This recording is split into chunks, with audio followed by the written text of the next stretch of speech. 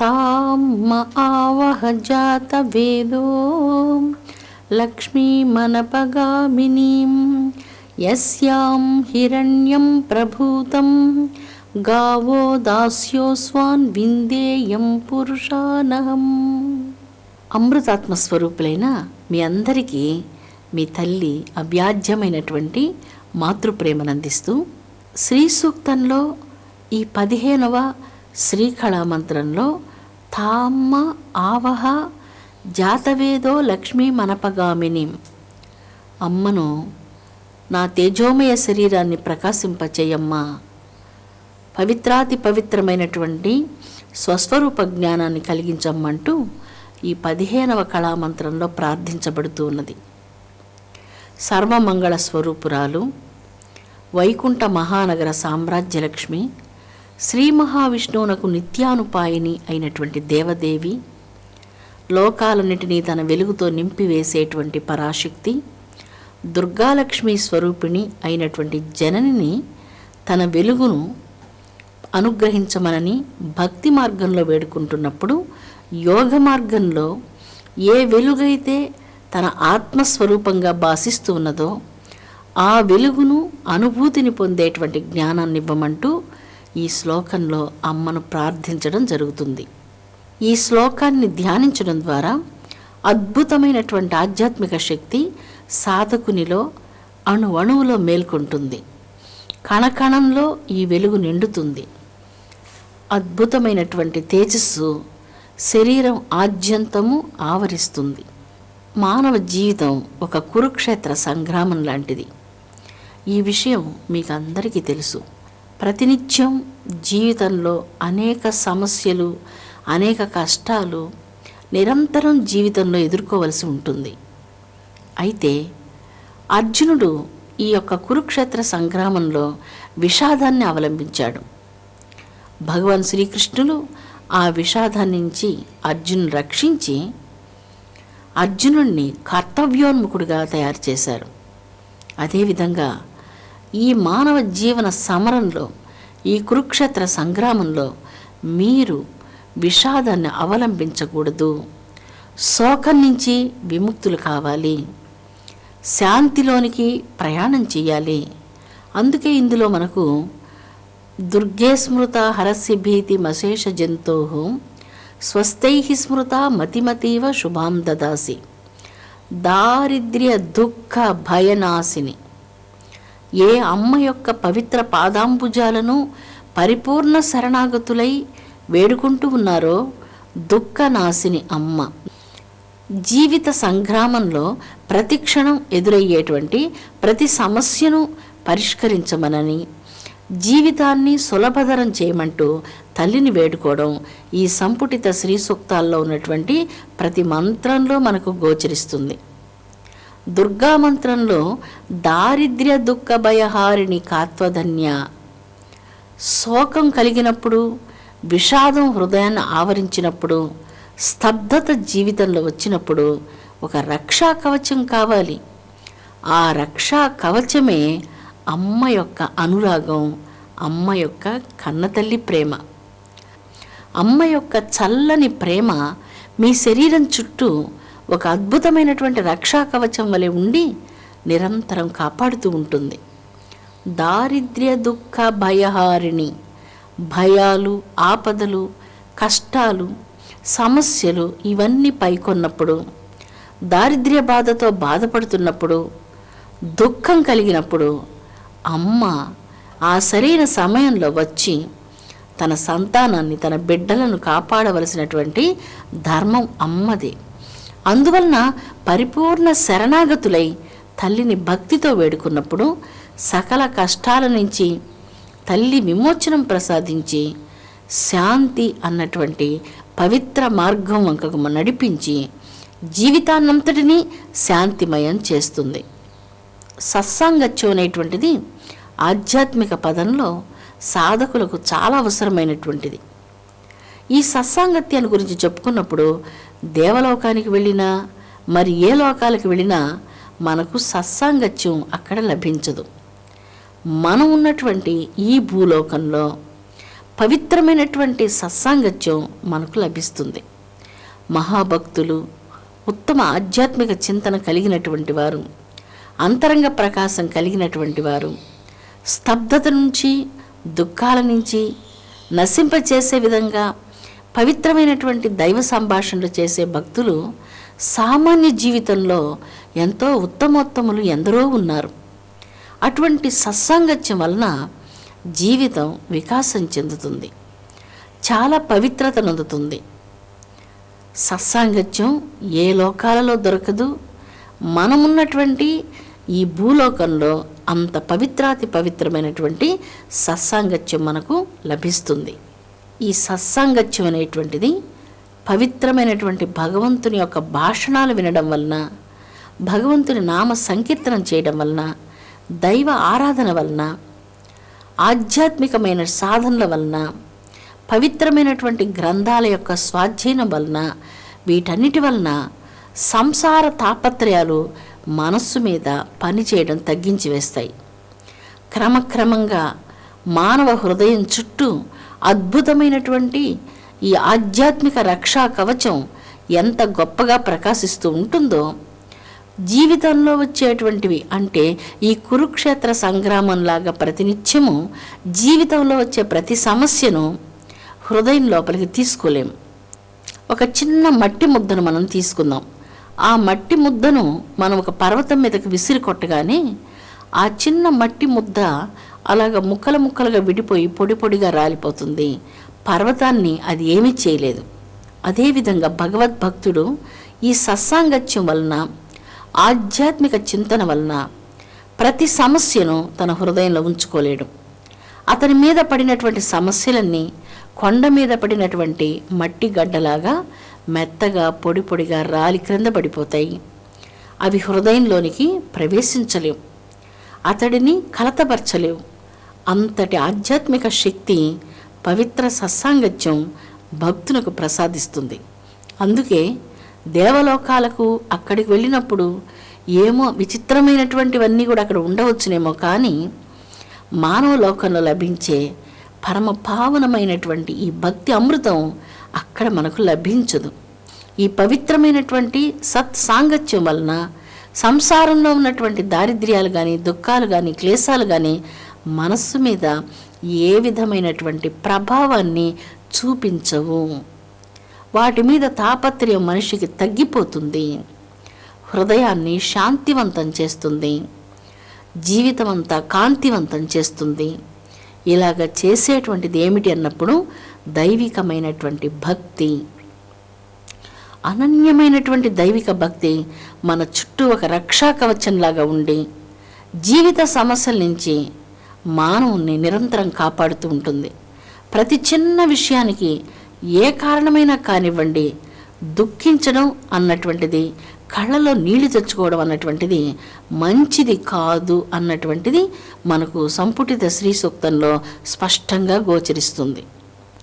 ఎక్కడైతే స్త్రీలు కానీ పురుషులు కానీ మాటిమాటికి కన్నీళ్లు పెడుతూ ఉంటారో ఆ గృహంలో లక్ష్మి, ఈ ఇంటిలో నేను ఉండలేను అని భావిస్తుంటుంది లక్ష్మి. ఆ ఇల్లు విడిచిపెట్టి వెళ్ళిపోవాలని ఎప్పుడూ కోరుకుంటూ ఉంటుంది. ఎప్పుడైతే ఏ గృహంలో కన్నీళ్లు పెడుతూ ఉంటారో జ్యేష్ఠాలక్ష్మి అక్కడ వచ్చి నివసించాలని కోరుకుంటూ ఉంటుంది. అందుకోసమే పవిత్రమైనటువంటి సత్సాంగత్యం వలన చిన్న సమస్యలకు మనం విపరీతంగా స్పందించకుండా వాటన్నిటినీ చాలా తేలిగ్గా తీసుకునేటువంటి అవకాశం లభిస్తుంది. అందువలన మీకు మంచి ఆధ్యాత్మికమైనటువంటి మిత్రుల సాంగత్యం ఉన్నప్పుడు మీ ఇంటికి వాళ్ళని పిలిచి భగవద్గీత, రామాయణం లేదా భాగవతం, శ్రీమద్దేవి భాగవతం, లలితా సహస్రనామం పారాయణాలు లాంటివి ఆధ్యాత్మికమైనటువంటి కార్యక్రమాలు ఇలాంటివి మీరు చేయవచ్చు. మీ గృహంలోనే కూర్చొని ఇలాగ మీరు చదవడం వలన, భగవద్గీత పారాయణం కానీ ఇలాంటి పారాయణాల వలన హృదయం చాలా ప్రకాశవంతమవుతుంది. ఎన్నో దుఃఖాలు, ఎన్నో ఆశాపాసాలను ఈ భక్తి పారాయణాలు, ఈ భక్తి విషయాలు వినడం వలన వాటి మీద మనకు మమత చాలా తగ్గిపోతుంది. అద్భుతమైనటువంటి శాంతి ఈ సత్సాంగత్యం మనిషికి ప్రసాదిస్తుంది. ఏమాత్రం మీ గృహాల్లో మీకు వీలున్నా ఇటువంటి సాంగత్యాన్ని మీరు ఆహ్వానించండి. మీ గృహాన్ని మీరు పూర్తిగా శాంతితో నింపుకోండి. శ్రీ మహాలక్ష్మీదేవి శుద్ధ సాత్విక దేవత అని మీకు నేను చెప్పనక్కర్లేదు. శుద్ధ సాత్విక దేవత, ఒట్టి సాత్వికత కాదు, శుద్ధ సాత్వికమైనటువంటి చాలా ఎంతో నమ్రత, సహనం, ప్రేమ, ఈ అపురూప గుణాలన్నిటికీ అతీతంగా భాషించే శుద్ధ సాత్వికమైనటువంటి అంతరంగంతో విరాజిల్లే, ప్రకాశమానమైనటువంటి హిరణ్మయ తేజస్సులతో విరాజిల్లేటువంటి తల్లి మహాలక్ష్మీదేవి. అటువంటి మహాలక్ష్మీదేవిని ఆరాధించేందుకు భక్తునికి కావలసినటువంటి అంతరంగం శుద్ధాంతరంగం. ఈ శుద్ధాంతరంగం ఎంతెంతగా కలిగి ఉంటాడో తల్లికి అంతంత సామీప్యంలో భక్తుడు విరాజిల్లుతూ ఉంటాడు. అంటే అమ్మను పిలిస్తే పలుకుతూ ఉంటుంది. ప్రతి నిమిషము, ప్రతి క్షణము మీ ఇంట, వెంట, జంట, కంట ఉండి తల్లి మిమ్ము నడిపిస్తూ ఉంటుంది. ప్రతి నిమిషం మీకు ఏం జరగబోతుందో మీకే స్పష్టంగా అర్థమవుతుంటుంది. జీవితంలో ఒక చక్కని అవగాహన, శాంతి, స్పష్టత శుద్ధ సాత్విక దేవత అయినటువంటి మహాలక్ష్మీదేవి తన సంతానానికి అనుగ్రహిస్తుంది. అందుకే శుద్ధ సాత్విక స్వరూపిణి అయినటువంటి అమ్మను అర్చించేందుకు, అమ్మను స్తోత్రం చేసేందుకు సాత్విక గుణం కూడా సాధకులకు అత్యావశ్యకమై ఉంది. అనగా ఆహారం నందు, విహారాదుల యందు, మిత్రుల యందు మనం మంచి సంయమనం పాటించాలి.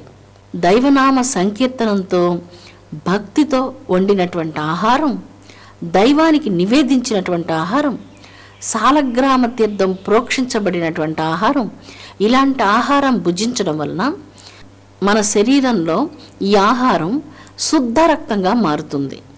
శుద్ధ రక్తంగా మారినటువంటి ఆహారం శుద్ధ శక్తిగా మన శరీరంలో పరిణమిస్తుంది.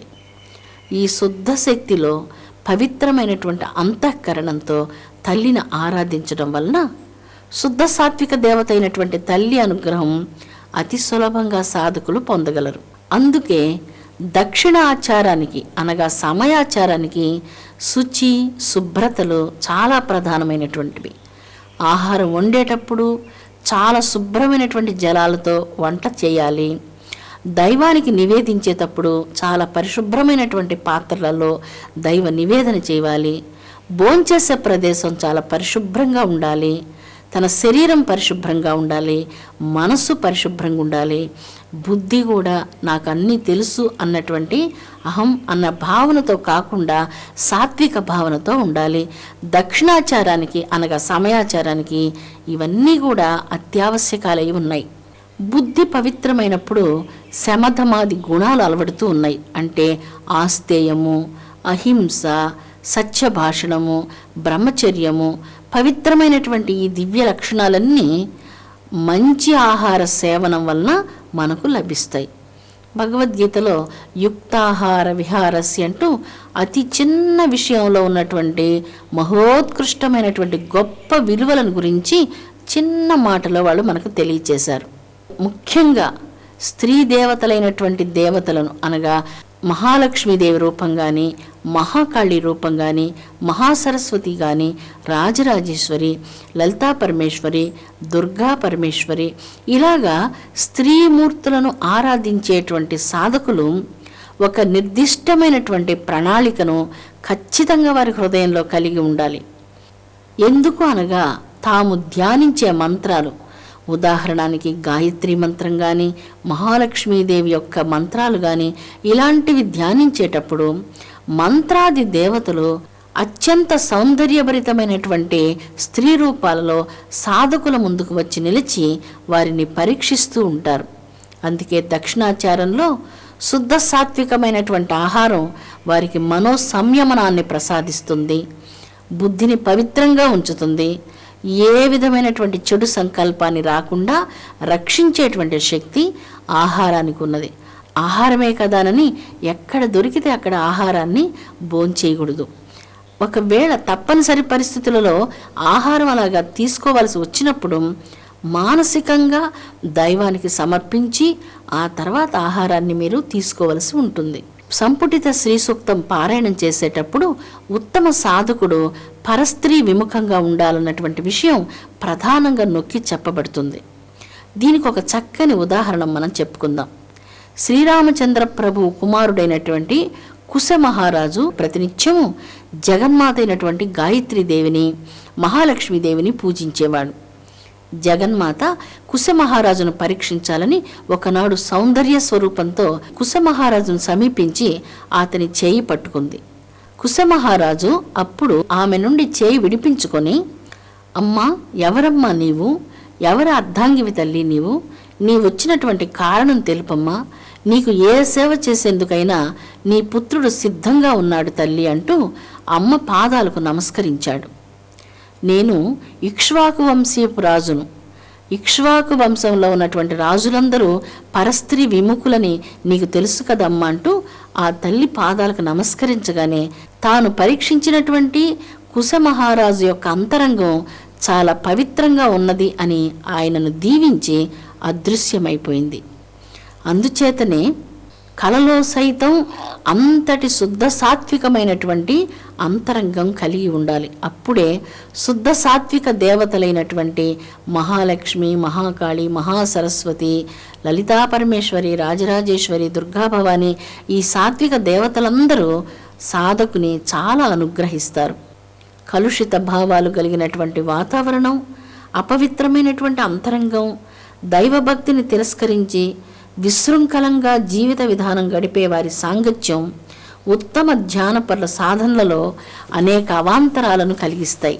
అందుకే మొదట ఈ కార్యక్రమం ప్రారంభంలోనే మనం సత్సాంగత్యాన్ని గురించి మాట్లాడుకున్నాం.